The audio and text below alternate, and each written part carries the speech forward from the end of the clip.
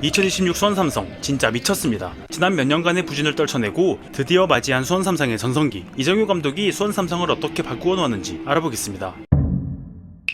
지난 몇 년간 수원삼성의 골대는 어딘가 불안했습니다. 양용복 골키퍼부터 김민중 골키퍼까지 막을 건 기본적으로 막아주면서 잘하는 것 같다가도 결정적인 순간에 허무하게 무너지는 어딘가 불안한 모습을 보여주었는데요. 특히 2025 승강 플레이오프 1차전 제주 SK와의 경기에서 보여준 니킥은 수원삼성의 골키퍼 라인에 현실을 제대로 보여주는 듯 했습니다. 하지만 2026 시즌 수원삼성의 골대가 완전히 달라졌습니다. 미네소타에서 임대영입한 김준호 골키퍼가 장갑을 끼면서 기존 주전들을 모조리 후보로 밀어낸 다음 4경기에서 단 1실점이라는 경이로운 성적을 쓰고 있는데요. 작년이랑 수비가 달라진 거 아니야? 라고 생각할 수 있지만 이건 먹혔다 싶은 찬스나 굴절된 슈팅까지 동물적인 감각으로 모두 막아내고 있습니다. 실제로 4라운드까지 수원삼성이 허용한 유효 슈팅은 16개, 그중 단 하나만의 실점을 허용했고 그 4경기 중 2경기가 한 골차 진담승이었기 때문에 김준호 골키퍼가 아니었다면 승점 6.2, 승점 2점 혹은 그 이하로 변했을지도 모릅니다. 이러나 저러나 수원삼성의 개막전 4연승에 김준호 골키퍼가 확실한 기여를 하고 있다는 점은 의심의 여지가 없는 것 같네요. 하지만 아쉬운 점도 분명히 있습니다. 바로 골 결정력인데요. 이번 시즌 수원삼성의 경기는 직관을 가던 중계를 보던 하이라이트를 보던 일단 경기 자체가 굉장히 재밌습니다. 뮬리치 선수와 김현 선수를 투톱으로 딱 세워두고 우주선 크로스를 올리면서 둘 중 아무나 제발 맞아라, 맞고 튕겨서 우당탕탕 득점해줘, 애걸복걸 고사지내던 일명 트윈타워의 수원삼성도 아니고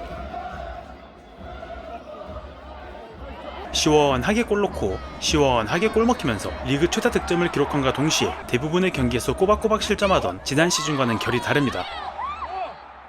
2026 수원삼성의 공격 전술 유연성은 1라운드 서울 이랜드전과 2라운드 파주FC에서 극명하게 드러났는데요. 서울 이랜드는 2부 리그에서는 나름 강팀으로 분류되는 팀인 만큼 강하게 압박하는 모습을 보여주면서 수원삼성과 맞불을 놓았습니다. 그러다 수원삼성은 후방에서 공을 돌리면서 서울 이랜드가 전방 압박을 하면서 생긴 공격진과 미드필더진의 간격을 파고들었습니다. 중원에서 공간을 확보함과 동시에 수적 우위를 가져가면서 공격을 전개했는데요. 한 장면을 예시로 보여주면 삼선에서 사이드로 공을 보내고 2명의 선수가 압박을 나와서 3대2가 되니까 다시 뒤로 공을 돌립니다. 또 공 가진 사람에게 압박이 들어가니까 공을 다시 집어넣는데요. 그렇게 넣고 빼다 보면 어느새 수적 동률이 맞아 있습니다. 반복하다 보면 어느새 공간이 생기고 거기다 공을 보내면 바로 찬스가 생깁니다. 이번 장면에서는 마지막 패스가 부정확해서 아쉽게 무산되었지만 측면에 6명이나 오로를 끌어놓았기 때문에 크로스가 제대로 올라갔다면 수원 3명, 서울 2명으로 득점 찬스까지 나왔을 것 같네요. 반면에 파주FC는 수비 라인과 미드필더 라인이 거의 한 덩어리로 뭉쳐있는 사실상 8백에 가까운 버스 맞기를 시전했습니다. 전방 압박이 거의 없다시피 한 덕분에 하프라인까지는 편안하게 올라왔는데 대부분의 파주 선수가 골대를 지키고 있는 상황. 그럴 때는 A백 너머로 과감하게 롱킥을 날려주면서 찬스를 만들었습니다. 이번 장면에서는 오프사이드였지만 측면에 있는 헤이스 선수에게 공이 전달되면 항상 위협적인 순간이 찾아왔던 것 같네요. 즉 수원삼성을 상대로는 맞불을 놓다가 공간을 내주고 서서히 무너지던지 수비만 하다가 라인이 깨지면서 실점을 하던지 두 가지 선택지밖에 없던 셈인 거죠.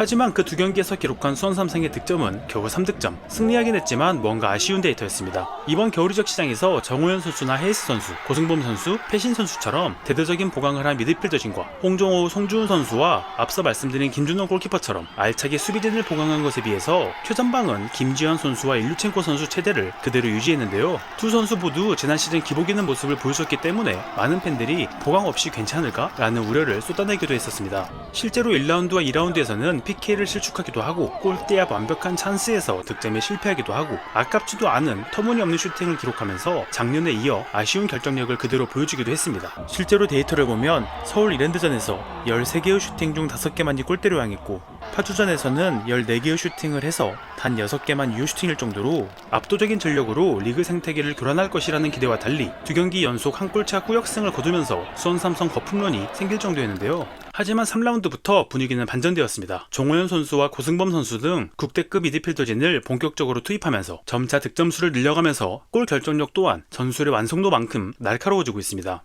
또 수비를 할 때에도 공격 전개를 하다가 차단당하면 성실하게 수비에 가담하는 일명 대가리 받고 뛰는 모습을 보여주면서 팬들의 마음을 뭉클하게 하고 있는데요.